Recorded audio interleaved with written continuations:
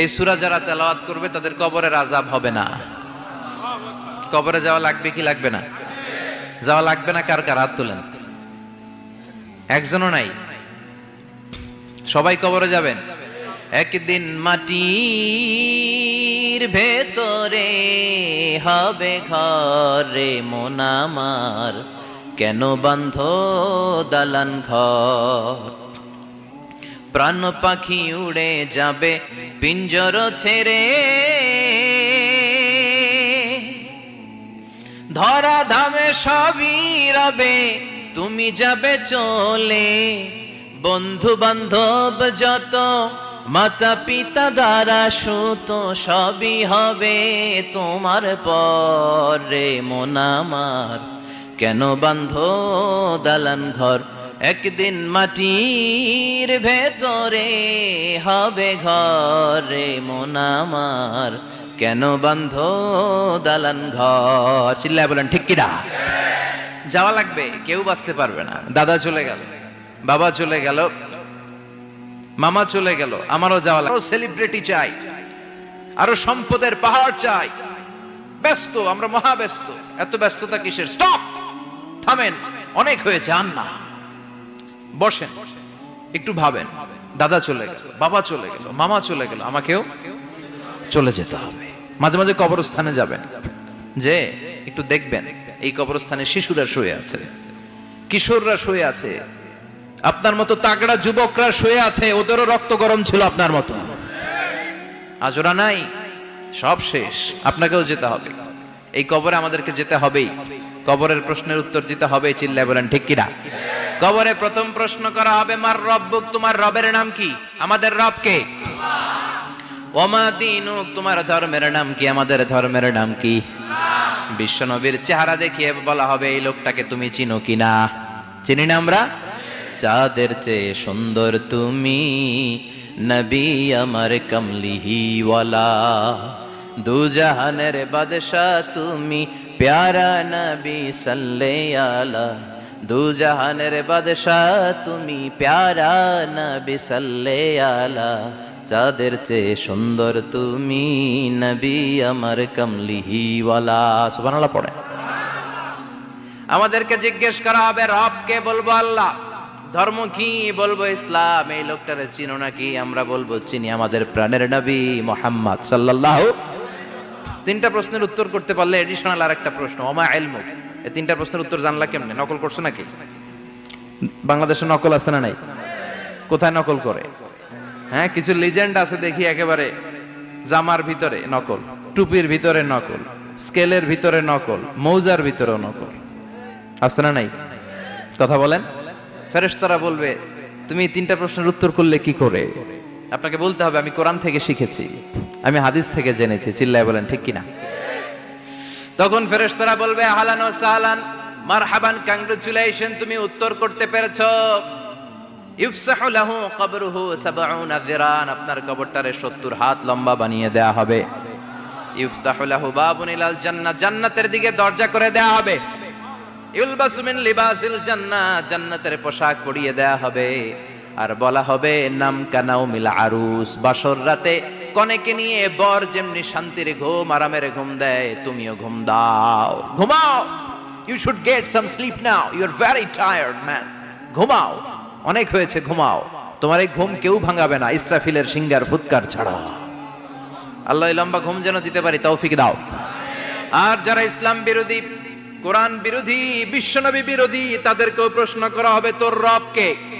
মার রব্বুক, সে বলবে, লা আদরি, আমি কিছু জানি না, আমি মাফ চাই, দোয়াও চাই। কথা কন, জানি না, আমি কিছুই মনে করতে পারছি না, আমি কিছু জানি না, আমার ধর্ম নাই, কর্ম নাই, আমার ধর্ম যার যার, উৎসব সবার, আমার কোনো ধর্ম টর্ম নাই, আমার কোনো নামাজ রোজা নাই, আমার কোনো রব নাই। দ্বিতীয় প্রশ্ন, ওমা দীনুক, তোর ধর্মের নাম কি? সে বলবে, ধর্ম কি? আমি জানি না, আমি ধর্মরে গালি দিতাম, আমি দুনিয়া ইসলাম রে বাস দিতাম, আমি আলেম ওলামাদের বিরোধিতা করতাম, আর শাহবাগের মঞ্চে উঠে ভাষণ দিতাম। আছে না নাই?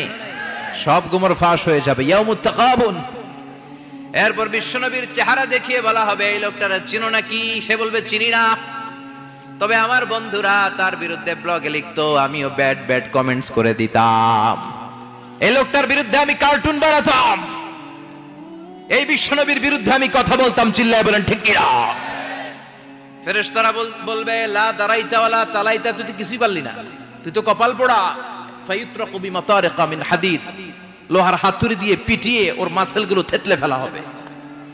ওয়ায়ুকালু লিল আরদি ইলতাইমি, কবরের দুই পাশের মাটির বলা হবে চাপ দে, এমন চাপ দিবে ফাতাখতালিফা আদলাউহু, ডান পাশের পাজরের হাড্ডি বাম দিকে ঢুকে যাবে, বাম পাশের পাজরের হাড্ডি ডান পাশে ঢুকে যাবে। কিয়ামত পর্যন্ত এই মারামারি চলবে।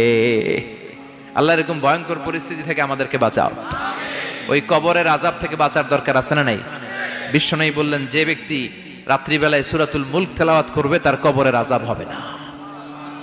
ইন্না হাযিহি সূরাতুন আযীমা মানিআতুন মিন আযাবিল কবর, এই সূরাটা এমন সূরা, সাধারণ কোন সূরা না। এই সূরাতুল মুলক যে রাত্রিবেলায় তেলাওয়াত করবে তার কবরের আযাব থেকে তারে বাঁচিয়ে দিবে কে? নাম্বার 1 ফাজিলাত, স্ট্যাটাস, মনে থাকবে তো? 2 নাম্বার স্ট্যাটাস শাফাআত লি সাহিবিহা, এই সূরাটা এই সূরার তেলাওয়াতকারীর জন্য কিয়ামতের দিন সুপারিশ করবে। কোরআন সুপারিশ করবে, চারটেখানি কথা না। কোরআন যদি আপনার বিরুদ্ধে দাঁড়ায় আপনার জান্নাত ক্যান্সেল, আর কোরআন যদি আপনার ব্যাপারে আল্লাহর কাছে রেকমেন্ডেশন করে জান্নাত আপনার জন্য ওয়াজিব করে দিবে কে? এজন্য বিশ্বনবী বললেন শাফাআত লি সাহিবিহা, কিয়ামতের দিন তেলাওয়াতকারীর জন্য আল্লাহর কাছে সুপারিশ করবে। 2টা গেল। 3 নাম্বার বিশ্বনবী বললেন খাসামাত আন সাহিবিহা, এই সূরাটা কিয়ামতের দিন এই সূরার তেলাওয়াতকারীর পক্ষ নিয়ে আল্লাহর সাথে ঝগড়া করা শুরু করে দিবে। আল্লাহর সাথে ডিবেট করবে, ঝগড়া করবে, যতক্ষণ না হাত্তা আদখালাহুল্লাহুল জান্নাহ। হাদিসের টেক্সট হচ্ছে যে যতক্ষণ না আল্লাহ তাআলা তাকে জান্নাতে না ঢুকায় ততক্ষণ ওই সূরার তেলাওয়াতকারীর পক্ষ নিয়ে আল্লাহর সাথে বিতর্ক, ঝগড়া, তর্ক চলতেই থাকবে। সুবহানাল্লাহ, আরো আস্তে বলেন। আবার বিশ্বনবী বললেন মান ক্বারা বিহা ফি লাইলাতিন ফাকাদ আকসারা ওয়া আতওয়াবা, রাত্রিবেলা এই সূরাটা যে তেলাওয়াত করবে পুরো রাত্রিটারে বরকতময় করে দিবে কে? এজন্য বিশ্বনবী আবদার করে, আবেদন করে আমাদের কাছে বলে গিয়েছেন, আমি চাই আমার প্রতিটা উম্মতের হৃদয়ে এই সূরাটা গাঁথা থাক, আমি চাই আমার প্রতিটা উম্মতের সিনার ভিতরে এই সূরার 30টা আয়াত গ্রথিত করা থাক। সুবহানাল্লাহ পড়েন।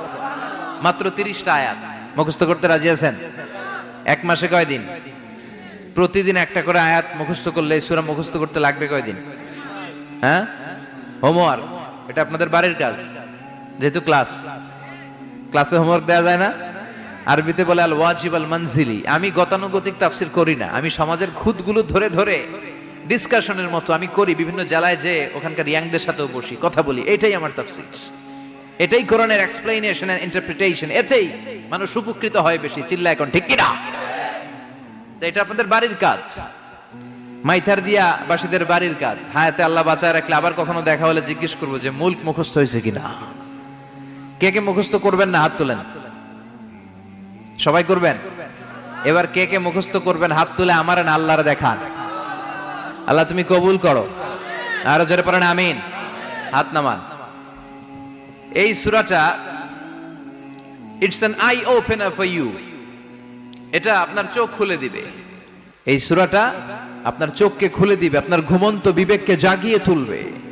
স্রষ্টার ব্যাপারে আপনার যদি কোনো সাসপিশন থাকে, সন্দেহ থাকে, এই সন্দেহের পাহাড়কে ভেঙে এই সূরা চুরমার করে দিবে। চিল্লায় বলেন সুবহানাল্লাহ। আল্লাহ ডেকে বলে গোলাম, কিছু কিছু নাস্তিক আছে আমারে খুঁজে পায় না, এরকম কপাল পোড়া নাদান নাস্তিক বাংলার জমিনেও আছে না নেই? এরা বলে আনসিন ইজ নাথিং, যেটা দেখা যায় না ওইটা মানি না, বলে না? Do you see the air in the atmosphere? বাতাসে, বায়ুমণ্ডলে যে বাতাস ঘুরে বেড়ায় এটাকে তুমি দেখো, তো মানো কেন? Why do you believe on that? Why do you believe on air? বাতাস বিশ্বাস করস কেন? কপাল পোড়া নাস্তিকরা বাতাস মানে না, কথা কন। Do you see the bad headache someone feel in his head and he is shouting? মাথার ব্যথায়, মাইগ্রেনের পেইনে যখন কেউ চিৎকার করে তার মাথার ব্যথা দেখা যায়। আমার এখন প্রচন্ড মাথা ব্যথা যদি হয়, আপনারা দেখতে পাচ্ছেন তো, নাস্তিকরা কি মাইগ্রেনের পেইন বিশ্বাস করে না? মাথা ব্যথা বিশ্বাস করে কি করে না? বাতাস বিশ্বাস করে কি করে না? কয় আনসিন ইজ নাথিং, যেটা দেখি না ওটা বিশ্বাস করি না, কপাল পোড়া। আল্লাহ ডেকে বলে, গোলাম আমার সৃষ্টির দিকে তাকা, আকাশের দিকে তাকা, বাতাসের দিকে তাকা, সাগরের দিকে তাকা। সাগরের মধ্যে আমি আল্লাহ আছি না নাই? বিশাল বড় বড় পাহাড়ের দিকে তাকা, ঝর্ণার দিকে তাকা, ঝর্ণার মধ্যে আমি আছি না নাই? ঝর্ণা ঝর্ণা ঝর্ণা রে, বলনা বলনা বলনা রে, কার বিরহে পাগল পাড়া তুই, কার মিলনে ফুল ফসলে ভরা রে তোর দুকুল বই, কার মিলনে ফুল ফসলে ভরা রে তোর দুকুল বই। ঝর্ণা ঝর্ণা ঝর্ণা রে, বলনা বলনা বলনা রে, কার বিরহে পাগল পাড়া তুই। সুবহানাল্লাহ পড়েন। ঝর্ণার দিকে তাকাও, সাগরের দিকে নজর করে দেখো, বিশাল পাহাড়ের দিকে নজর করে তাকাও, ওই পাহাড়ের মধ্যে আল্লাহরে খুঁজে পাবা। চিল্লায় বলেন ঠিক কিনা? এদিন ইমাম আবু হানিফার হাতে হাত রেখে শাহাদা বাক্য পাঠ করেছে। সুবহানাল্লাহ পড়েন। ঝিনুকের ভেতর লুকিয়ে থাকে যেমন মতি, ঝিনুকের ভেতর লুকিয়ে থাকে যেমন মতি, কালমা শাহাদাতে আছে আল্লাহর জ্যোতি, কালমা শাহাদাতে আছে আল্লাহর জ্যোতি। সুবহানাল্লাহ পড়েন। এই জ্যোতি যার হৃদয়ে একবার টাচ করে তার জন্য জান্নাতকে খুলে দেয় কে? এজন্য এই সূরা পড়লে নাস্তিকরা নাস্তিক থাকবে না। নাস্তিকদের জন্য এখানে আল্লাহ মেডিসিন দিয়েছেন, কিছু ডোজ দিয়েছেন। আলহামদুলিল্লাহ পড়েন। এই সূরা থেকে আমরা কিছু সময় কথা শুনবো। শুনতে রাজি আছেন তো? সূরার নাম চিল্লায় বলেন কি নাম? মুলক। মুলক মানে কি? মুলক মানে রাজত্ব, মুলক মানে ক্ষমতা, মুলক মানে পাওয়ার, মুলক মানে কিংডম, মুলক মানে সভরেন্টি। সুবহানাল্লাহ পড়েন। রব্বুল আলামিন বলেন, তাবারাকাল্লাযী বিয়াদিহিল মুলকু ওয়া হুয়া আলা কুল্লি শাইইন কাদির। সুমহান সেই সত্তা যার হাতে ক্ষমতা আর তিনি সব বিষয়ে ক্ষমতাশীল। সুবহানাল্লাহ। তাবারাকাল্লাযী বিয়াদিহিল মুলক, মহামহিম সে সত্তা, সুমহান সে সত্তা, বিয়াদিহিল মুলকু, যার হাতে ক্ষমতা। ক্ষমতা কার হাতে? চিৎকার করে বলতে হবে, কার হাতে? নাকি আমাদের হাতে? না সরকারের হাতে, পুলিশের হাতে, র্যাবের হাতে, মাশরাফির হাতে, হিরো আলমের হাতে? ক্ষমতা কার হাতে? ক্ষমতা শুধুমাত্র একজনের হাতে। চিল্লায় বলেন তিনি কে? আল্লাহর হাতে ক্ষমতা, আর তিনি হচ্ছেন সকল ক্ষমতার উৎস, centre of the all powers. সব ক্ষমতার উৎস কে? নাকি জনগণ? আমরা কিন্তু এটাই শিখি, এদেশে আমাদেরকে রাষ্ট্রীয়ভাবে শিখানো হয়, এটা রাষ্ট্রীয় কুফরি। সকল ক্ষমতার উৎস জনগণ নয়, সকল ক্ষমতার উৎস কে? উনি ক্ষমতার উৎস, তিনি ক্ষমতাশীল, মহা ক্ষমতাধর, তার ক্ষমতার সাথে কারো তুলনা হয় না। আমাদের কি ক্ষমতা আছে? কথা বলেন। বল্লা পোকার কামড় খাইছেন? হ্যাঁ, মৌমাছি কামড়াইছে? মৌমাছি কামড়াইলে চিল্লাচিল্লি শুরু করে, তো কি ক্ষমতা আছে আপনার? বল্লা কামড় মেয়েরা দেয় দৌড়, ওটা ধরে যে মার মইটাও পারি না। কুত্তায় কামড়াইলে আমরা কুত্তারে কামড়াইতেও পারি না। কথা বলেন। আমরা নাকি ক্ষমতার মালিক। পিছন থেকে কেউ যদি বলে হুজুর সাপ, মজা করে বলছি, এতই ভয় পাইছি। আসলে যদি ফস করে আসতো সব দৌড়।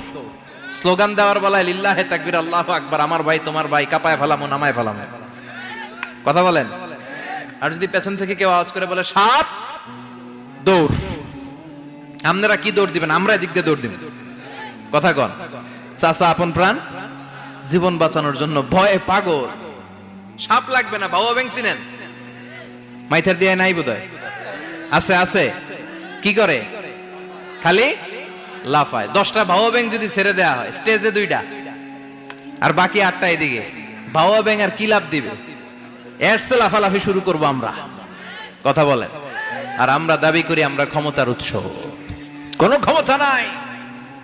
একবার ডায়রিয়া হলে 3বার টয়লেটে গেলে আর চেহারার দিকে তাকানো জানা, কারে মাফ করে দে, আই মরে যাইও, আই হাইতান ন, আছে না নাই?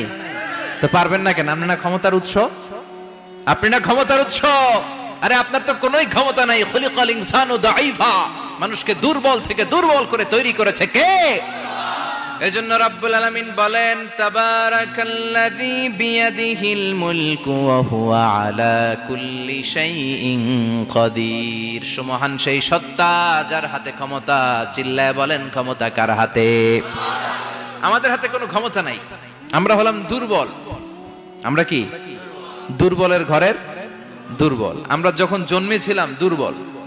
আমার ছোট্ট একটা মেয়ে আছে, আমি অবাক হয়ে থাকি যে আমিও তাইলে ছোটবেলায় এরকম ছিলাম, না খাওয়ালে খেতে পারে না, পেশাব পায়খানা করে, ঘর নষ্ট করে, বমি করে, দাঁড়াতে পারে না, শুইতে পারে না, লালা পড়তে থাকে, ক্লিন করতে হয়, সব সময় তাকে আল্লাহর আদেশে দেহে ঢুকে, আল্লাহর আদেশে বের হয়ে যায়, ঠিক কিনা? এই যে ছোট্ট বাচ্চাটার দেহের ভিতরে যে রুহু ঢুকলো, কে দিল? 120 দিনের আগে মানব শিশুর দেহের ভিতরে কিন্তু রুহের ফুৎকার হয় না। সহিহ বুখারীর বর্ণনা 40-40-40 340-এ কত কথা বলেন? প্রথম 40-এ থাকে নুতফা, তারপরের 40-এ হয় আলাকা, তারপরের 40-এ হয় মুদগা, sperm drop, blood clot and then the little flesh. ছোট্ট নাপাক পানি ছিলাম, শুক্রাণু ছিলাম। আমরা কি ছিলাম? শুক্রও ছিলাম না, শুক্রাণু, শুক্রের অণু। এক ফোঁটা শুক্রের মধ্যে 20 কোটি অণু থাকে। ওই 20 কোটির একটা ছিলাম আমি আর আপনি। সুবহানাল্লাহ বাড়িতে গিয়ে বললেন। ডিম্ব আমরা ছিলাম না, আমরা ছিলাম ডিম্বাণু। ডিম্বের এই ডিম্বাণু আর শুক্রাণু দুইটা মিলে আল্লাহ আমাদেরকে বানায় ফেললেন জাইগট। সেখান থেকে এমব্রয়ো, তারপরে আস্তে আস্তে ইনিশিয়াল স্টেজগুলো শেষে একটার পর একটা স্টেজ পার করে তিনি আমাদেরকে বানালেন আলাকা। সেখান থেকে মুদগা, আমাদের দেহের ভেতরে তিনি স্কেলিটন ভরে দিলেন, কঙ্কাল, মাথার স্কাল দিলেন, খুলি দিলেন, নাক কান গলা দিলেন, আমার রেসপিরেটরি সিস্টেম চালু করে দিলেন। কত ছোট ছিলাম আমি, ক্ষুদ্র ছিলাম আমি। ফালয়ানজুরিল ইনসানু মিম্মা খুলিকা মিম্মা দাফিক। মানুষের উচিত তার সৃষ্টি প্রক্রিয়ার দিকে নজর করে তাকানো। বাবার পিঠ থেকে সবেগে নির্গত হওয়া পানি দিয়ে মায়ের পেটে তোমারে ঢুকায় দিল কে? নাপাক পানি থেকে ছোট্ট ব্যাঙ্গাচির মতো ছিলাম, জোকের মতো মায়ের জরায়ুর দেয়ালে লেগেছিলাম। সেখান থেকে বড় করতে করতে আমার রেসপিরেটরি সিস্টেম, আমার হেয়ারিং সিস্টেম, আমার সব সিস্টেমগুলো তিনি আমার দেহের ভিতরে সেট করে দিল। চিল্লায় কোন সুবহানাল্লাহ। 120 দিনের সার্টেন পিরিয়ড শেষে তিনি দেহের ভিতরে রুহের ফুৎকার দিলেন। দেয়া মাত্রই আমার রুহুতে ধপ ধপ ধপ শুরু হয়ে গেছে। ওই যে ধপ ধপ শুরু হয়েছে, আজও থামে নাই। এই ধপ ধপ থামলে বাঁচবেন? দম ফুরাইলে আমরা ঠুস হয়ে যাবো, ঠিক কিনা? হায় রে মানুষ রঙিন ফানুষ, দম ফুরাইলে তবু তো ভাই কারোরই নাই একটুখানি। হায় রে মানুষ রঙিন ফানুষ, রঙিন ফানুষ, হায় রে মানুষ। সুবহানাল্লাহ বলেন। সে আল্লাহ বললেন, গোলাম, জীবন আর মরণের মাঝখানে আমি তৈরি করেছি রুহু। পৃথিবীর বিজ্ঞানীরা সব বানাতে পারে, কম্পিউটার বানাতে পারে, প্লেন বানাতে পারে, হেলিকপ্টার বানাতে পারে, রকেট বানাতে পারে, কিন্তু গোটা বিশ্বের সব বিজ্ঞানীরা মিলে কি রুহু বানাতে পারে নাকি? কথা বলেন। গত বছর সোফিয়া নামে একটা রোবট আসছিল না? কথা কন। ওটা মাথা উঁচু করে নিচু করে কথা বলতে চায়, মানুষের মতো হতে চায়। আসলে কি মানুষ? ওটার মধ্যে কি রুহু আছে? রুহু বানাইতে পারবে কেউ? এই রুহু নিয়ে যে কত গবেষণা, মুমূর্ষ রোগীদের উপর গবেষণা চালিয়েছে অনেক। বুলেট প্রুফ গ্লাসের ভিতরে মুমূর্ষ রোগীকে রেখে রেখে তারা চেক করতে চেয়েছে আমেরিকান বিজ্ঞানীরা যে রুহু কোন দিক দিয়ে বের হয়। তারা ওজন করে দেখে, মানুষ মরে গেলে কোন লাশের ওজন বেড়ে যায়, কোন লাশের ওজন কমে যায়। যেটাতে কমে গেছে 2-1 কেজি কমে যায়, তার অবাক। কিরা আগে ছিল 80 কেজি, এখন হয়েছে 78 কেজি, তার মানে 2 কেজি না, এটাই রুহু। এটাই কি? এটা হচ্ছে গবেষণার ধাপ। অনেকগুলো মডিউল তারা আনে, অনেক মুমূর্ষ রোগীকে গ্লাস ফিটিং করা, ইন্টেনসিভ কেয়ারে রেখে তারা অবজার্ভ করে, আর অক্সিজেন মাস্ক খুলে দিয়ে তারা দেখে যে লোকটা ছটফট করে কিভাবে মরে। মরার আগে ওজন মাপ ছিল 80 কেজি, মরে গেছে পরে আবার ওজন দিয়ে দেখে 78 কেজি। কমছে কয় কেজি? বিজ্ঞানে কয় পাইছি। সবাই কয় কি পাইছো? কয় রুহু। কই পাইলেন? কয় আগে 80, এখন 78, 2 কেজি। রুহুর ওজন কয় কেজি? তো বিজ্ঞানীদের সিস্টেম হচ্ছে যে কোনো একটা বিষয়ের উপর গবেষণা চালালে তারা পূর্ণাঙ্গ ডিসিশনে পৌঁছতে পারে না। They couldn't jump to the final conclusion just on one module, based on one module. They cannot do it. তাদের অনেকগুলো মডিউল আনতে হয়। তারা আবার নমুনা আনলো আরেকটা। মুমূর্ষ রোগী, অক্সিজেন চেম্বার লাগানো, মাস্ক লাগানো, এটা খুলে ফেললেই মরে যাবে। বুলেট প্রুফ করা গ্লাসের ভিতরে ঢুকিয়ে এটার ওজন মাপ, এটার ওজন 60 কেজি। এবার মাছ খুলছে ছটফট ছটফট করে, এটা শেষ। এবার মাপ দেখ, এবার মাইপা দেখা গেছে 63 কেজি। কয় কেজি বাড়ছে? এক একটার এক এক সিস্টেম হইতেছে, কোনোটা কমে, কোনোটা বাড়ে, কোনোটা কিচ্ছু হয় না। সবাই কয় তাইলে আপনি রুহু পাইলেন কই? আগেরটা কম ছিল, মনে করছিলেন 2 কেজি কমছে, ওইটাই রুহু, এখন 3 কেজি বাইরে গেছে, মিলাইবেন কি দিয়া? কথা কন। আল্লাহ ডেকে বলে, গোলাম কিয়ামত পর্যন্ত একটার পর একটা মুমূর্ষু রোগীকে বুলেট প্রুফ গ্লাসের ভেতরে ঢুকাতে পারবি, গবেষণা করতে পারবি, মাগার রুহু খুঁজে পাবি না। চিল্লায় বলেন ঠিক কিনা? কারণ এই রুহুর মালিক কে? সে আল্লাহ বললেন, আল্লাযী খালাকাল মাউতা ওয়াল হায়াতা লিয়াবলুয়াকুম আইয়ুকুম আহসানু আমালা। জীবন আর মৃত্যু বানালাম তোমাদেরকে পরীক্ষা করার জন্য। পরীক্ষা আছে না নাই? গোটা দুনিয়াটাই পরীক্ষা। আল্লাহ যারে পছন্দ করে বেশি তার পরীক্ষাও। আসাদুন নাসি বালাআন আল আম্বিয়া। এই পৃথিবীতে আল্লাহ সবচেয়ে বেশি বালা মুসিবত দিয়ে পরীক্ষা করেছেন নবীদের।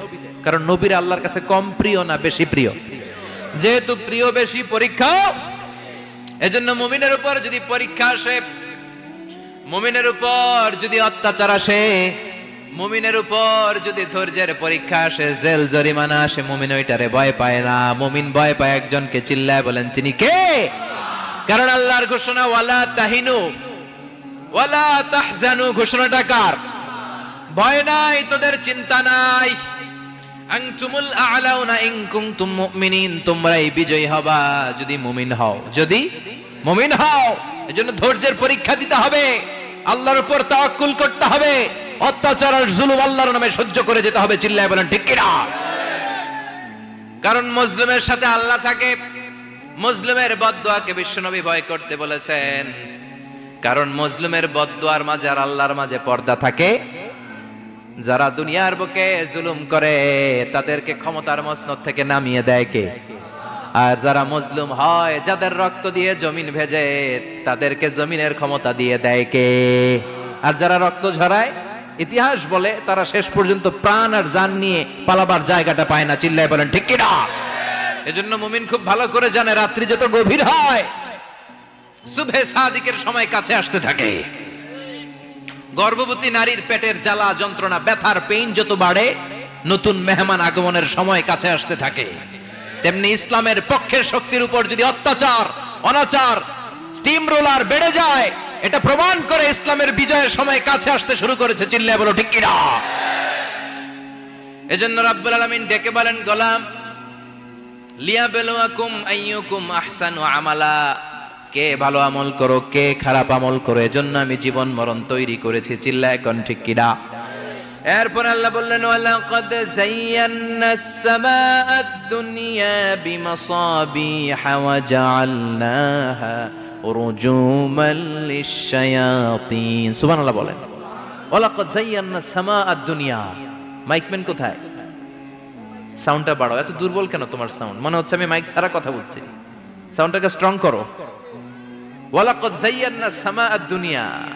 I have beautified the closer sky with candles, with light and stars. আল্লাহ বললেন, আমি দুনিয়ার আকাশকে তারা দিয়ে সুশোভিত করেছি। আকাশে তারা আছে না নাই? এগুলো এমনি এমনি হয়েছে না? তৈরি করছে কে? বিশ্বাস হয়? কোনো সন্দেহ আছে? এখন তো লাইটিং ফাইটিং এর যুগে তারার যে কি সৌন্দর্য আমরা বুঝি না। আমরা যখন ছোটবেলা গ্রামে যেতাম, রাতের বেলা তারার মেলা, কি সুন্দর, একটার চেয়ে একটা সুন্দর। শুকতারা, ধ্রুব তারা, সপ্তর্ষি মণ্ডল, 7টা তারার একটা চেইন আছে, চেনেন এগুলো? কি সুন্দর তারা! এগুলো তৈরি করে রেখেছে কে? প্রথম আকাশের মহাশূন্যকে আল্লাহ এই তারকা দিয়ে বিউটিফাই করেছেন। It's a candle. আল্লাহ সাজিয়ে রেখেছেন। আমরা খালি চোখে যেটা দেখি, এটা কিন্তু আকাশ না, এটা প্রথম আকাশ নয়। প্রথম আকাশ যে কত দূরে আমেরিকান নাসার বিজ্ঞানীরাও জানে না। খালি চোখে আমরা যা দেখি, এটা প্রথম আকাশের মহাশূন্য। এর অনেক অনেক অনেক উপরে প্রথম আকাশ। এরপরে দ্বিতীয় আকাশের মহাশূন্যের স্তর শুরু, এরপরে দ্বিতীয় আকাশ, তারপরে তৃতীয় আকাশের মহাশূন্যের স্তর শুরু, তারপরে তৃতীয় আকাশ। একটার চেয়ে আরেকটা বড়। প্রথম আকাশের চেয়ে দ্বিতীয় আকাশ কত বড় বলি? আপনার হাতের আংটিটা যদি সাহারা মরুভূমিতে আপনি ছড়ে ফেলে দেন, পুরো মরুভূমির তুলনায় আংটি যত ছোট, আল্লাহর দ্বিতীয় আসমানের তুলনায় আল্লাহর প্রথম আসমানটা ঠিক তত ছোট। একটার চেয়ে একটা বড়, একটার চেয়ে একটা বড়। এই সূর্য দেখে আমরা অবাক হয়ে যাই। 9,30,00,000 মাইল দূরে, এই পৃথিবীর চেয়ে 13 লক্ষ গুণ বড়। এটার সানশাইন, আলো আসতে পৃথিবীতে 8 মিনিট 18 সেকেন্ড লেগে যায়। আমরা মনে করছি সূর্যই বড়। আমরা বসে আছি মাইথার দিয়াতে, তাই না? এই জায়গাটার নাম কি? মাইথার দিয়া। কি খালি এতটুকু প্যান্ডেলের সমান? কত বড় মাইথার দিয়া! এই পুরো মাইথার দিয়া কোন থানায় পড়ছে? দাউদকান্দি। দাউদকান্দি হচ্ছে কুমিল্লার 16টা থানার একটা, ঠিক কিনা? 16 থানা মিলে কুমিল্লার একটা জেলা। এরকম কয়টা জেলা আছে? 64 জেলা। এই 64 জেলা মিলে আমাদের সুজলা সুফলা শস্য শ্যামলা ডিজিটাল বাংলাদেশ। কথা কন। আর বাংলাদেশ হচ্ছে পৃথিবীর সবচাইতে বড় দেশ। হ্যাঁ, 64 জেলা, এরপরে ছোট। যাদের অ্যাটলাস ম্যাপ নিয়ে যাদের ধারণা আছে তারা দেখবেন বাংলাদেশ এই শব্দটা লেখার জায়গাও আমরা পাই না। মানচিত্রে বাংলাদেশ শব্দটা লেখার জায়গা পায় না। বিআরএ উঠে যায় ইন্ডিয়ার উপর, আর ডিএসএচ উঠে যায় আবার ইন্ডিয়ার উপর। মাঝখানের দুইটা অক্ষর বাংলাদেশের উপরে পড়ে। চিল্লায় বলেন ঠিক কিনা? কত ছোট দেশ। পাশের ইন্ডিয়া 20-25 গুণ বড়। ইউরোপ আমেরিকার অনেক দেশ আছে, আমেরিকায় বাংলাদেশের চেয়ে শতগুণ বড়। কানাডা কয়েকশো গুণ বড়। রাশিয়া কয়েকশো গুণ বড়। এরকম প্রায় 200 দেশ নিয়ে পৃথিবীর স্থলভাগ, আর 70% হচ্ছে শুধু পানি। এই সব মিলে আমাদের এই পৃথিবী। আর এত বড় পৃথিবীর চেয়েও নাকি সূর্য 13 লক্ষ গুণ বড়। তার মানে সূর্যই বড় না, সূর্যের চেয়ে অনেক বড় তারা আছে। সূর্যের পরে পৃথিবীর সবচেয়ে কাছের যে তারা বা স্টার, ওটার নাম হচ্ছে প্রক্সিমা সেন্ট্রাই। নাম কি? প্রক্সিমা সেন্ট্রাই। এরপরে আলফা সেন্ট্রাই এ, আলফা সেন্ট্রাই বি, ইটা ক্যারিনা, ব্যাটেলজিউস, এরকম একটার পর একটা তারা। যেই সূর্য পৃথিবীর চেয়ে 13 লক্ষ গুণ বড়, ব্যাটেলজিউস নামে একটা তারা আছে, ওটা সূর্যের চেয়ে 33 কোটি গুণ বড়। তার মানে কি ব্যাটেলজিউসই সবচেয়ে বড় না? ছোট্ট একটা তারা। এই ব্যাটেলজিউসরে খেয়ে ফেলাইতে পারে এরকম 1000 কোটি গুণ বড় সাইজের তারা আছে না নাই? এরকম কয়েক বিলিয়ন তারা নিয়ে আমাদের গ্যালাক্সি গঠিত। আমাদের গ্যালাক্সি, এটার নাম মিল্কি ওয়ে। এটার নাম কি? আমাদের গ্যালাক্সি। এই গ্যালাক্সিতে আমাদের অবস্থান। এরকম কত হাজার কোটি গ্যালাক্সি আছে আমেরিকার নাসার বিজ্ঞানীরাও জানে না। আমাদের গ্যালাক্সির সবচেয়ে কাছের যে গ্যালাক্সি, ওই গ্যালাক্সিটার নাম হচ্ছে অ্যান্ড্রোমেডা। কি নাম? অ্যান্ড্রোমেডা। আমাদের গ্যালাক্সি থেকে কেউ যদি কাছের গ্যালাক্সি অ্যান্ড্রোমেডাতে যেতে চায়, তার 2.5 মিলিয়ন লাইট ইয়ার্স সময় লেগে যাবে। কথাটা কঠিন হয়ে গেছে, আমি ভেঙে বলি, তারপরে সুবহানাল্লাহ কই। আমাদের গ্যালাক্সির নাম মিল্কি ওয়ে। মিল্কি ওয়ে থেকে যদি কেউ অ্যান্ড্রোমেডাতে যেতে যায়, কত সময় লাগবে? 2.5 million light year. Light year মানে আলোক বর্ষ। আলোর গতিতে যদি ছোটা যায়, 2.5 মিলিয়ন মানে হচ্ছে প্রায় 25 লক্ষ। তাহলে পৃথিবীতে সবচেয়ে দ্রুতগামী যে বিষয়টা আবিষ্কৃত হয়েছে সেটা হচ্ছে আলো। এই যে লাইট মারলে যে ছোটে, এই লাইট প্রতি সেকেন্ডে 1,86,000 মাইল বেগে ছুটতে পারে। 1 মিনিটে না, 1 ঘন্টা না, 1 মিনিটে না, 1 সেকেন্ডে আলো চলে যায় কয় mile? 1,86,000। Could you imagine that? আপনি কল্পনা করতে পারেন? হয়তো মাথা নাড়াইতেছেন। এটা কি কল্পনা করা যাবে? আমার তো তার ছিঁড়ে যাচ্ছে। 1 সেকেন্ডে নাকি আলো ছুটে 1,86,000 মাইল বেগে। 1 সেকেন্ড শব্দ কইতে তো 2 সেকেন্ড লাগে। কথা কোন? এর মধ্যে আলো চলে গেছে 1,86,000 মাইল। তো কোন রকেট যদি আপনি পান, যে রকেট দিয়ে সেকেন্ডে 1,86,000 মাইল বেগে রকেটটা ছুটবে প্রতি সেকেন্ডে, খেয়াল করেন, ঘন্টায় না, মিনিটে না, কিসে? সেকেন্ডে। যে রকেটটা সেকেন্ডে 1,86,000 মাইল বেগে ছুটবে, ওই রকেটটা দিয়ে আমাদের গ্যালাক্সি থেকে আমাদের পাশের গ্যালাক্সি অ্যান্ড্রোমেডাতে পৌঁছতে আপনার 25 লক্ষ বছর লেগে যাবে। সুবহানাল্লাহ বাড়িতে গিয়ে বললেন। এরকম বিশাল বিশাল তারা দিয়ে আমাদের আকাশটারে বিউটিফাই করেছে কে? এজন্য আল্লাহ বললেন, ওয়ালাকাদ যায়্যানাস সামাআদ দুনিয়া বিমাসাবিহা ওয়া জাআলনাহা রুজুমান লিশ-শায়াতিন। আমি এই দুনিয়ার আকাশটারে সুন্দর সুন্দর তারকারাজি লাইটের মতো সেটিং করে সুশোভিত করেছি। আবার এই তারকা দিয়ে আমি শয়তানদেরকে প্রহারও করেছি। সুবহানাল্লাহ। শয়তানদেরকে আল্লাহ তারা মেরে আঘাত করে। সুবহানাল্লাহ বলেন। এরপরে এই সূরার প্রথম রুকুর শেষে আল্লাহ বললেন, وأسروا قولكم أو اجهروا به إنه عليم بذات الصدور ألا يعلم من خلق وهو اللطيف الخبير আল্লাহ বললেন وأسروا قولكم তোমরা যদি গোপনে কথা বলো আও ইজহারু বিহি কিংবা স্পষ্ট করে বলো সব শুনে কে আপনি যেমনি বলেন শুনবে কে বলেনই নাই শুধু মনে মনে ভাবছেন শুনবে কে সুবহানাল্লাহ কইবেন না সাত আকাশের উপরে আরশের উপরে তার অবস্থান সাত জমিনের নিচে কোন গোপনতম প্রকোষ্ঠে কোন ছোট্ট বাক্সের ভেতরে যদি কোনো পিপিলিকা নীরবে হেঁটে যায় আল্লাহ বলে আমি ওই পিঁপড়ার হেঁটে চলার পায়ের আওয়াজটাও শুনতে পাই এজন্য কেউ যেটা শোনে না শুনে কে এরপর আল্লাহ বললেন হুয়াল্লাযী জাআলা লাকুমুল আরদা যালুলান ফামশু ফি মানাকিবিহা ওয়া কুলু মির রিজকি ওয়া ইলাইহিন নুশুর সুবহানাল্লাহ বলেন আল্লাহ ডেকে বললেন গোলাম তোমাদের জন্য জমিনটারে আমি বিছানা বানিয়েছি আল্লাযী জাআলা লাকুমুল আরদা ফিরাশা জমিনটারে বিছানা বানিয়েছে কে এই বিছানার মতো সমতল জমিন দিয়ে তোমরা হেঁটে বেড়াও চলে বেড়াও হেলে দুলে পড়ার সুযোগ নাই ঠিক কি না এই যে মাইথার দিয়ে আজকের যে ময়দান এটা যদি বিছানার মতো সমান না হয়তো বসতে পারতেন কথা কোন এই ময়দানের প্যান্ডেলের এদিক দিয়ে উঁচা এদিক দিয়ে গর্ত এদিক দিয়ে নিচা এদিক দিয়ে খাড়া কেমন হইতো কথা কোন কেউ আমারে দেখতো কেউ দেখতো না কেউ দাঁড়াইয়া কেউ বৈশা আছে না নাই কিন্তু জমিনটারে সমতল বানালো কে আপনি যদি বিমান থেকে যদি আপনি দেখেন বিমানের গ্লাস দিয়ে জানলা দিয়ে যদি আপনি নিচের দিকে তাকান আপনি দেখবেন মনে হবে পুরো জমিনটাকে আল্লাহ সবুজ কার্পেট দিয়ে কার্পেটিং করে রেখেছে এই সৌন্দর্য দিয়েছে কে আবার রব্বুল আলামিন বলেন জমিনটারে সমান দেখে কার্পেটিং দেখে মনে করো না তোমরা বেঁচে গিয়েছো আমার দেয়া বিধান আমার জমিনে যদি কায়েম করতে না পারো এই কার্পেটিং করা জমিনের ভেতরে আযাব আছে না নাই এই পুরো জমিনের ভেতরে আছে আগুন আর আগুন আগ্নেয়গিরির অগ্নুৎপাত জ্বালামুখে বিস্ফোরণ করে দিয়ে গোটা বিশ্বটারে মুহূর্তে মেসাকার করে দিতে পারে কে এজন্য আল্লাহ ডেকে বললেন গোলাম আমিনতুম মান ফিস সামাই আন ইয়াখসিফা বিকুমুল আরদা ফাইযা হিয়া তামুর তোমরা কি ভেবেছো নাকি বেঁচে যাবা আমি চাইলেই পুরো জমিনটারে কাঁপিয়ে দিতে পারি আন ইয়াখসিফা বিকুমুল আরদ খাসাফ মানে ল্যান্ডস্লাইড খাসাফ মানে কি ল্যান্ডস্লাইড ভূমিধস ভূকম্পন আর্থকোয়েক আছে না নাই বাংলাদেশে তো ভূমিকম্প হয় না না টের পাইছেন মাঝে মাঝে মাঝরাতে হয় না 3টার দিকে নিজেই দৌড় দিমু না বাচ্চারা লইয়া দৌড় দিমু লুঙ্গি পইরা দৌড় দিমু না লুঙ্গি ছাড়া দৌড়ামু কথা কর এই ভূমিকম্প আছে না নাই আল্লাহ বলে মনে করো না জমিনটা সমতল কার্পেটিং করে দিয়েছি এই কার্পেটিং এর ভিতরেও আগুনের দলা আছে না নাই আবার আল্লাহ বললেন আমিনতুম মান ফিস সামাই আন ইউরসিলা আলাইকুম হাসিবা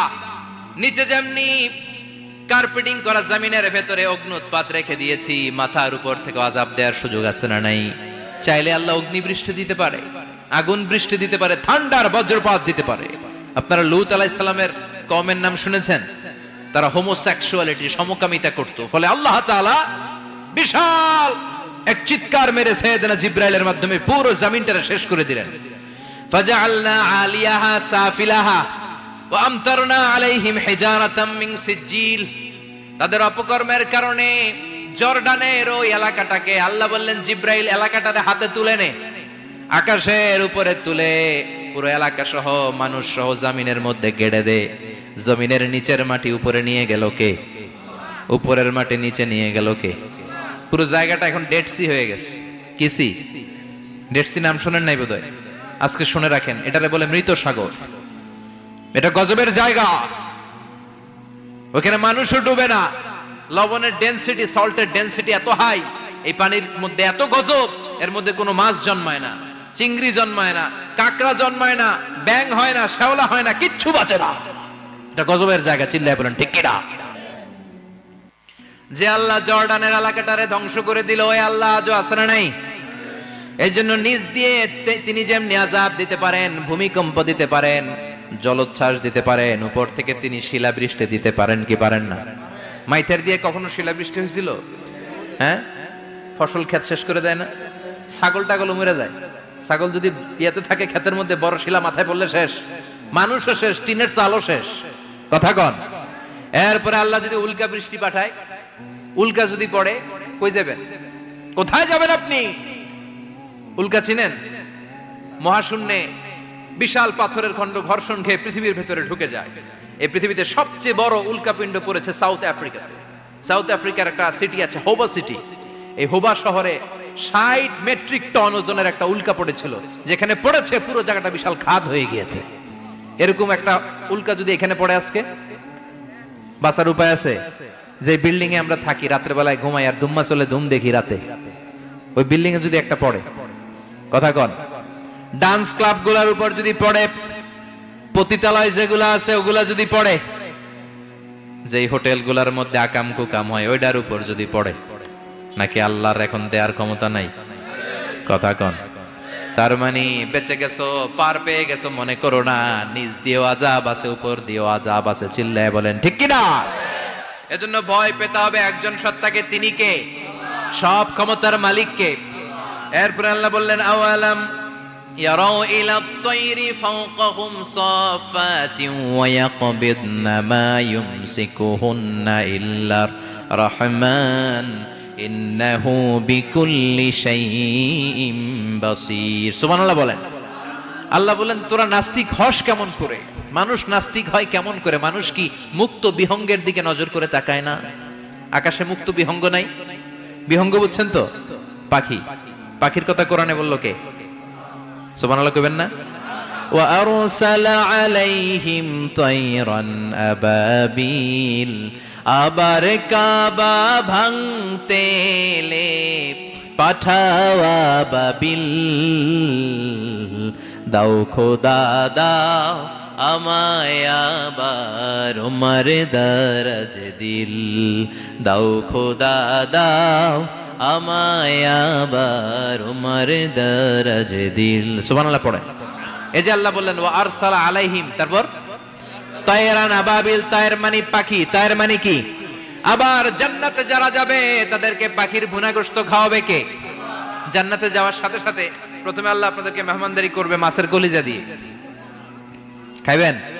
মাছের কলিজার কথা শুনে জিহ্বায় পানি আসছে নাকি? আউয়ালু তুআমিন ইয়াকুলুহু আহলুল জান্নাতি ফাজিয়াদাতু কাবিদিল হুত। প্রথমে মাছের কলিজা, এরপরে পাখির ভুনা গোশত। তার মানে পাখির কথা কোরআনে আছে না নাই? আবার সাইয়েদনা সুলাইমান আলাইহিস সালামের একটা পাখি ছিল, এটার নাম কি ছিল? হুদহুদ পাখি। মাথার উপর দিয়ে চলতো, আর ওইটার চোখে জুমিং পাওয়ার আল্লাহ এত বেশি দিয়েছিল, এটা জমিনে নজর করলে বুঝতে পারতো কয় হাজার ফিট নিচে পানি আছে, পানিটা মিষ্টি না লবণাক্ত না কেমন, দেখে দেখে মুহূর্তের মধ্যে সাইয়েদনা সুলাইমানের কাছে সব তথ্য সরবরাহ করে দিত। কোন সুবহানাল্লাহ।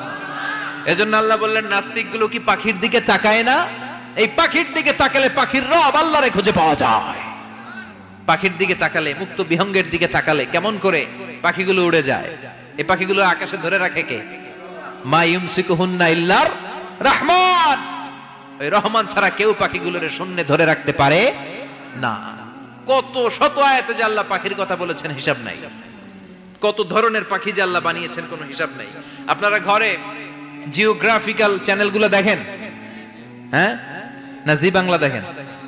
স্টার জলসা, কিরণমালা, কি দেখেন? জিওগ্রাফিক্যাল চ্যানেল দেখবেন। ওখানে দেখবেন একটা পাখি আল্লাহ তৈরি করেছে, পৃথিবীর সবচেয়ে ছোট পাখি, নাম হলো হামিং বার্ড। কি নাম? The smallest bird ever in the world. সবচেয়ে ছোট। এটা প্রাপ্তবয়স্কে 3 থেকে 5 ইঞ্চি লম্বা হয়। এটার পূর্ণ যৌবন এটা লম্বা কতদূর? 3 থেকে 5 ইঞ্চি।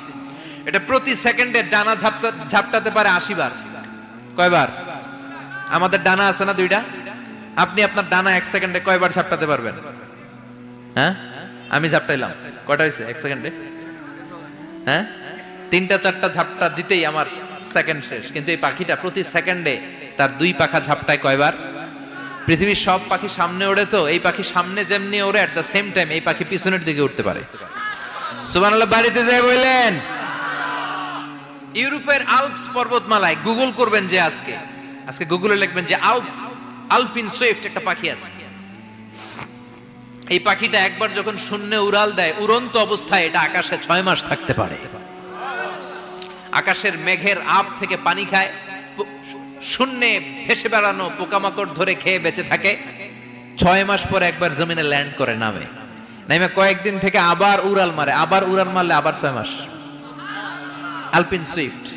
আরেকটা পাখি আছে, অদ্ভুত পাখি, নাম হোমা বার্ড। এই হোমা বার্ড উড়ন্ত অবস্থায় ডিম পেড়ে দেয়, আর ওই ডিমটা জমিনে পড়ার আগেই মাঝখানে ডিম ফেটে বাচ্চা বেরোয়, বাচ্চা উঠতে শুরু করে দেয়। এই পাখিগুলোর কথা কোরআনে আছে না নাই? এজন্য আল্লাহ বললেন আওয়ালাম ইয়ারাউ ইলা তাইরি ফাওকাহুম সাফাতিন ওয়া ইয়াকবিদনা মা ইউমসিকুহুন্না ইল্লার রাহমান ইন্নাহু বিকুল্লি শাইইন বাসীর। আল্লাহ বললেন নাস্তিকগুলো কি পাখির দিকে নজর করে তাকায় না? পাখির দিকে নজর করে যদি তাকায় তখন পাখির রব আল্লাহরে খুঁজে পাবে। চিল্লায় বলেন ঠিক কিনা? পাখিকে আরবিতে বললে তয়ের। সবাই বলেন পাখির আরবি কি? বিমানের আরবিও তয়ের। পাখি আরবি যা, বিমান আরবিও। এই পাখি নিয়ে গবেষণা করে বিমান বানাইছে। সুবহানাল্লাহ কইবেন না? আমরা বানাই নাই, আমরা তো খোঁচাখুচিতে ব্যস্ত, আমরা আছি ফতুয়া নিয়ে ব্যস্ত। তুই 20 কারণে কাফের, তোর চাচা 90 কারণে কাফের। তোর চাচা মরলে যেই জায়গায় কবর দেয়া হবে ওই কবরের মাটির উপরে যে ঘাস উঠবে, ওই ঘাস যে গরু খাবে, ওই গরুর দুধ যে খাবে ও কাফের। আছে না নাই? খালি কাফের ফতুয়া দেয় ব্যস্ত। আমরা ফতুয়া নিয়ে রইলাম আর ওরা সব আবিষ্কার করে ফেললো। উইলবার রাইট আর অরভিল রাইট, এই দুই ভাই 1903 সালে এই বিমান আবিষ্কার করেছে এই আয়াতের উপর গবেষণা করে। আওয়ালাম ইয়ারাউ ইলা তাইর, ওরা কি পাখি নিয়ে ভাবে না? আমাদের তো ভাবার সময় নাই, আমরা আছি মদ নিয়ে আর নারী নিয়ে আর জুয়াবাজি নিয়ে। চিল্লায় বলেন ঠিক কিনা? এমন অনেক মন্ত্রীদের হোটেল আছে যেখানে পতিতালয়ের আড্ডাখানা। চিল্লায় বলো ঠিক কিনা? মুসলমান রাজ মদ আর নারী নিয়ে ব্যস্ত, আর ইহুদি খ্রিস্টানরা আমাদের সব ঐতিহ্যকে ধারণ করেছে। Wilbur right or will write গবেষণা শুরু করে দিল। পাহাড়ে শুয়ে শুয়ে দুই ভাই খালি পাখির ছবি আঁকে, কেমনে পাখিগুলো টানা ঝাপটা মেরে ওঠে, কেমনে নামে। গবেষণা করতে করতে করতে প্লেন বানায় ফেললো 1903 সালে। আজ থেকে 100 বছর আগের স্টোরি শোনাচ্ছি আপনাদের। তখনকার বিমান এখনকার বিমানের মতো ছিল না। আপনি দেখবেন যে শুরুতে বিমান কেমন ছিল। শুরুতে ভাঙ্গাচুরা দুইটা পাখা নিয়ে একটু উড়ে আবার ধপাস করে পড়ে, কিন্তু আশা হারায় নাই, আবার উড়ে ধপাস করে পড়ে। আমেরিকাতে সুবিধা করতে পারেনি। ফ্রান্সের এক কিং তাদেরকে ডোনেট করেছে বিপুল অঙ্কের টাকা দিয়ে। তারা প্রথম ফ্রান্সের একটা শহর থেকে আরেকটা শহরে পৃথিবীর প্রথম প্যাসেঞ্জার প্লেন নিরাপদে ল্যান্ড করেছে। মানুষের উড়ার স্বপ্ন সফল হতে শুরু করলো। এখন বিভিন্ন ধরনের বিমান একটার পর একটা শুরু হয়েছে। এই পৃথিবীর সবচাইতে দ্রুতগামী যে বিমানটা আগে ছিল নাম ছিল কনকর্ড, যাত্রীবাহী বিমান। এটার পরে এখন একটা বাইরে হইছে বোম সুপারসনিক। কি নাম? Bomb supersonic. এত স্পিডে চলে, এই মাত্র দেখলেন এদিকে, এরপর দেখবেন নাই ওইদিকে। সুবহানাল্লাহ পড়েন। কি বিশাল বিশাল ডবল ডেকার গুলো নিয়ে শূন্যে উড়াল দেয়। A3 এয়ার বোয়িং A380 বর্তমান পৃথিবীতে সবচেয়ে বড় প্যাসেঞ্জার বিমান। কার্গো বিমান তো এগুলোর 7-8 ডবল বড় হয়। I am talking about the passenger plane A380। 525 জন যাত্রী নিয়ে এটা শূন্যে উড়াল দেয়। 525 জন যাত্রী, কেবিন ক্রু, পাইলট, বিমানের ওজন, খাবার দাবারের ওজন, ফুয়েলের ওজন, 525 জনের লাগেজ টাগেজের ওজন, এই সব নিয়ে শূন্যে উড়াল দেয়। সুবহানাল্লাহ কইবেন না? এই বিমান আবিষ্কারের আগ পর্যন্ত গোটা বিশ্বব্যাপী সব দেশে দেশে ছিল সেনাবাহিনী আর নৌবাহিনী। বিমান আবিষ্কার হওয়ার সাথে সাথেই শুরু হয়ে গেল বিমান বাহিনী, এয়ার ফোর্স, মিলিটারি। এখন বোম সুপারসনিক বানায়, এখন ড্রোন হামলা করে, এখন মিসাইল হামলা করে, এখন স্যাটেলাইট পাঠায়। আমরাও পাঠাইছি। কি নাম? Bangabandhu satellite. We launching the Bangabandhu satellite channel last year. আমরা বঙ্গবন্ধু স্যাটেলাইটও পাঠাইছি উপরে। সবকিছু পাখির উপর গবেষণা করে হয়েছে। চিৎকার করে বলেন ঠিক কিনা? এজন্য আল্লাহ ডেকে বললেন, গোলাম ওরা কি পাখির দিকে তাকায় না? পাখির দিকে যদি নজর করে একটিবার তাকাতো, নাস্তিক আর নাস্তিক থাকতে পারতো না। এজন্য নাস্তিকদের জন্য সূরার ভেতরে ডোজ আছে, আই ওপেনার আছে। সর্বশেষ আল্লাহ একটা প্রশ্ন দিয়ে এই সূরাটা শেষ করলেন। প্রশ্নটা শুনবেন? শুনবেন সবাই? আল্লাহ বললেন, কুল আরাআইতুম ইন আসবাহা মাউকুম গাওরান ফামান ইয়াতিকুম বিমাইম মাইন। বলো দেখি সবে, শুকাইয়া যদি যায় এই পৃথিবীর পানি, তাহলে হেথায় তটনির ধারা কে দিবে সবারে আনি? কে দিবে আনি? একদিন সকালবেলা ঘুম থেকে উঠছেন, টয়লেটে যাবেন, মুখ ধুবেন, স্কুলে যাবেন, অফিসে যাবেন, কাজে যাবেন, যায় দেখেন টিউবওয়েল চাপতেছেন, পানি নাই। ট্যাপ ছাড়লেন, পানি নাই। চোখের মধ্যে ময়লা, নাকে ময়লা। টয়লেটে যাবেন, পানি নাই। পুকুরে নাইমা দেখেন পানি নাই, বিশাল বিশাল মেশিন বসিয়ে মাটির নিচ থেকে ভূগর্ভস্থ পানি ওঠানোর চেষ্টা করলেন, একটা পানি নাই, এক ফোঁটা পানি গোটা বিশ্বে কোথাও নাই। কে দিব পানি আপনারে? পানি সম্পদ মন্ত্রী দিব, ডোনাল্ড ট্রাম্প দিব, শেখ হাসিনা দিবে? কেউ দিতে পারবে?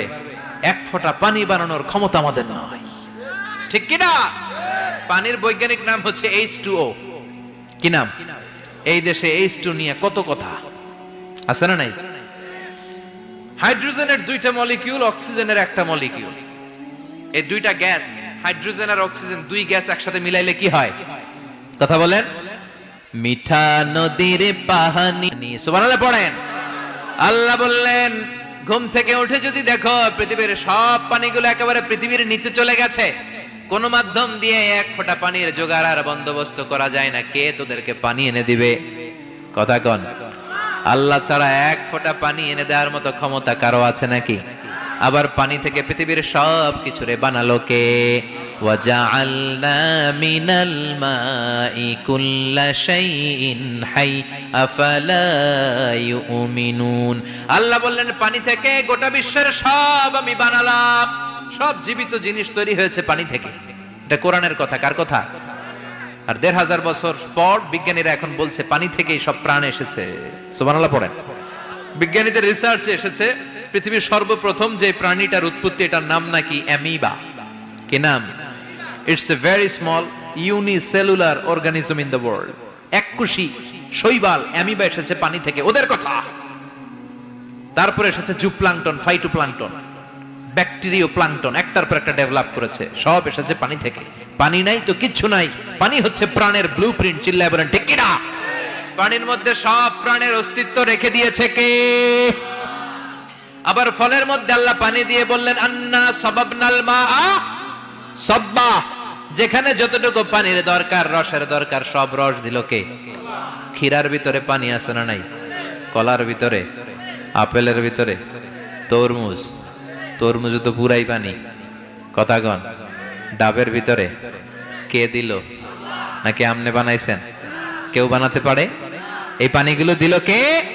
আবার আল্লাহ বললেন, মারাজাল বাহরাইনি ইয়ালতাকিয়ানি বাইনাহুমা বারযাখুন লা ইয়াবগিয়ান ফাবিআইয়ি আলাই রাব্বিকুমা তুকাযযিবান।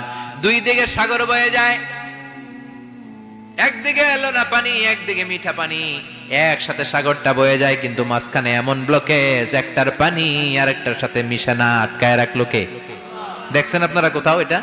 কই দেখছিলেন? গোয়ালন্দ, বুড়িগঙ্গার এখানে একসাথে পানি বয়ে যায়, এই জায়গায় পানি, এই জায়গায় পানি মিলে না, মিশে না। দাউদকান্দির এখানেও আছে, মিশে না। এর কারণ এই পাশের পানি, এটা ডেনসিটি হাই, বেশি ঘন, এটা ডেনসিটি লো, এটা পাতলা, এটা টেম্পারেচার হাই, এটা টেম্পারেচার কম, এটা লবণ বেশি, এটা লবণ কম, দুইটা দুই পানি একসাথে বয়ে যায়, একটার সাথে আরেকটা মিশে না। এই কারিগরটা কে? চিল্লায় বলতে হবে কে? সেজন্য আল্লাহ বললেন, গোলাম পানি দিয়ে আমি বানালাম, পানি ছাড়া বাঁচবি না। এজন্য সব জায়গায় পানির ব্যবস্থা করে দিয়েছে কে? আবার বেশি পানি হলেও মরার ব্যবস্থা আছে না নাই? সাইয়েদনা নূহ আলাইহিস সালামের কওমকে বন্যা দিয়ে ধ্বংস করেছে কে? এজন্য পানি চাইবো কার কাছে? কথা কন।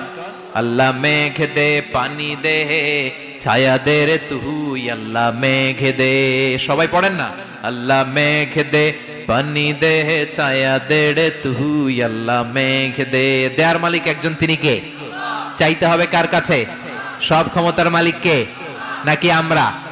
আমরা ক্ষমতার মালিক। আর জীবনে কোনোদিন বলবেন মানুষ সকল ক্ষমতার উৎস, এই কথা কোনোদিন বলা যাবে? সকল ক্ষমতার একচ্ছত্র নিরঙ্কুশ মালিকানা একজনের, চিৎকার করে বলতে হবে তিনি কে?